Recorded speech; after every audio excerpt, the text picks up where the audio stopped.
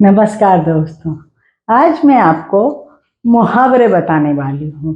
आप जानते हैं आँखों के बारे में हमारे यहाँ बहुत सारे मुहावरे होते हैं। आँखें चुराना, आँखें लग जाना, आँखें दिखाना, सब शब्द बदलते ही उनके अर्थ बदल जाते हैं। तो कैसे शब्द के अर्थ बदलते हैं और आपको मुहावरे एग्जाम में भी आते हैं, तो उन शब्दों को समझना, उनका अर्थ याद रखना, उनका प्रयोग याद रखना बहुत ज़रूरी होता है। तो मैं आज आपको आँखों से संबंधित मुहावरे बताने जा रही हूँ। जैसे है आँखों में धूल झोंकना, आँख का तारा, आँख लगना, आँखों से ओझल होना। ये बहुत सारे शब्द हैं जो आँखों से संबंधित है। तो मैं आपको आँखों से संबंधित मुहावरे बताने वाली हूँ। पहला है आँख खुलना, मतलब होश में आना। जैसे सड़क दुर्घटना में मुझे चोट लग गई, जब मेरी आँख खुली तब मैं अस्पताल में थी।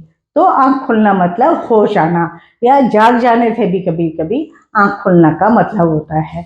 जैसे मेरी आँख खुली तो मैंने देखा घर में चाचा जी आए हुए हैं। तो आँख खुलना मतलब जाग जाना या होश आना। अगला है आँखों में धूल झोंकना। आँखों में धूल झोंकना का मतलब धोखा देना। जैसे मैं कहूँ कि चोर ने मेरी आँखों में धूल झोंककर मेरा पर्स अचानक गायब कर दिया। तो धूल झोंकना का मतलब धोखा देना। अचानक आपको पता ही ना चले कि आपके साथ कोई गड़बड़ी हुई है, धोखा भी हुआ है, और आंखों में धूल झोंककर सामने के सामने चोर गायब हो गया। आंखों में धूल झोंककर चोर मेरा स्कूटर में से सामान निकाल कर ले गए। तो आंखों में धूल झोंकना मतलब धोखा देना। अगला होता है आंख का तारा। आंख का तारा का अर्थ होता है बहुत प्यारा होना। जैसे कि मैंने कहा मेरा बेटा मेरी आंखों का तारा है, तो आंखों का तारा मतलब मुझे बहुत प्यारा है। या साहिल अपने दादाजी की आंखों का तारा है। तो आंख का तारा का मतलब बहुत प्यारा होना। किसी को बहुत प्यारा होने पर कहते हैं कि आंख का तारा होना। अगला है आंख लगना, मतलब नींद आ जाना। जैसे मैंने कहा टीवी देखते देखते उसकी आंख लग गई। तो आंख लगना मतलब नींद आ जाना, उसे देखते देखते नींद आ गई। आंख दिखाना का मतलब होता है क्रोध करना। ये तो आपने अक्सर देखा होगा कि मम्मियाँ चुपके से बच्चों को आंखें दिखाती हैं। मैं प्लेट में से नाश्ता खा रहा था कि मम्मी ने धीरे से आंख दिखा दी, मतलब मम्मी ने आंख दिखाकर गुस्सा किया कि ये नहीं करना है। तो आंख दिखाना मतलब क्रोध करना है। या कभी कहते मेरे कम अंक आने पर पापा ने मुझे खूब आंखें दिखाई, मतलब बहुत क्रोध किया। तो आंखें दिखाना मतलब क्रोध करना। अगला है आंखों से ओझल होना। आंखों से ओझल होना मतलब गायब हो जाना। जैसे कि मेरा मित्र मुझसे मिलने आया था, इतने दिन बाद मिला था कि जब वो गया तो मैं उसको तब तक देखता रहा जब तक कि वो आंखों से ओझल नहीं हो गया। तो आंखों से ओझल हो जाना मतलब गायब हो जाना, या आंखों से दिखाई ना देना, मतलब आंखों से बहुत दूर चला गया तो आंखों से ओझल हो गया। अब है आंखों का पानी खत्म होना। आंख का पानी खत्म होना का मतलब निर्लज्ज होना।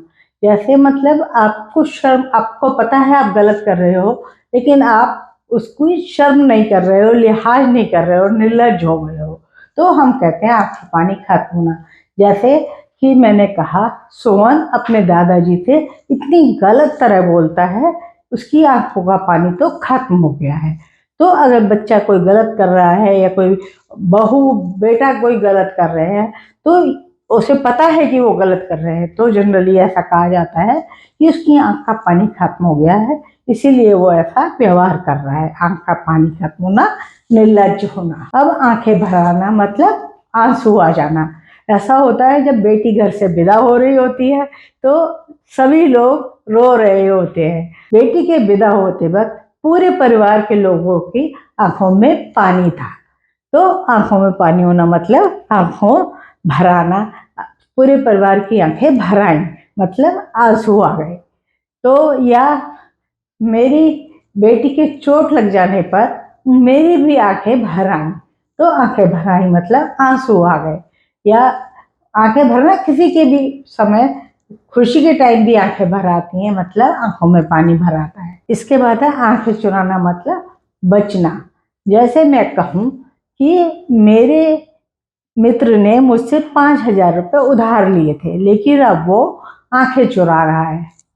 आंखें चुरा रहा है मतलब बच रहा है या मुझे देने से बच रहा है या बात से टल रहा है तो हम कहेंगे वो आंखें चुरा रहा है।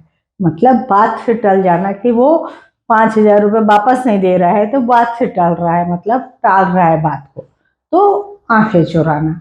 इस तरीके से अनेकों मुहावरे होते हैं जो आंखों से संबंधित होते हैं, लेकिन आपको ध्यान क्या रखना है, उसके गहराई से अर्थ को, शब्दों को समझना है, तो आपको अर्थ भी समझ आ जाएगा, फिर आप उसका प्रयोग भी आसानी से कर पाएंगे। तो आंखों के ये मुहावरे आपको आसानी से समझ में आ गए होंगे और आप इनको याद रखेंगे अपने एग्जाम के लिए, उसके समझेंगे और सही वाक्य प्रयोग बनाएंगे। देखते रहिए लॉजिक टच और इसको सब्सक्राइब करना दोस्तों हरगिज मत भूलिएगा। फिर मिलेंगे, बाय।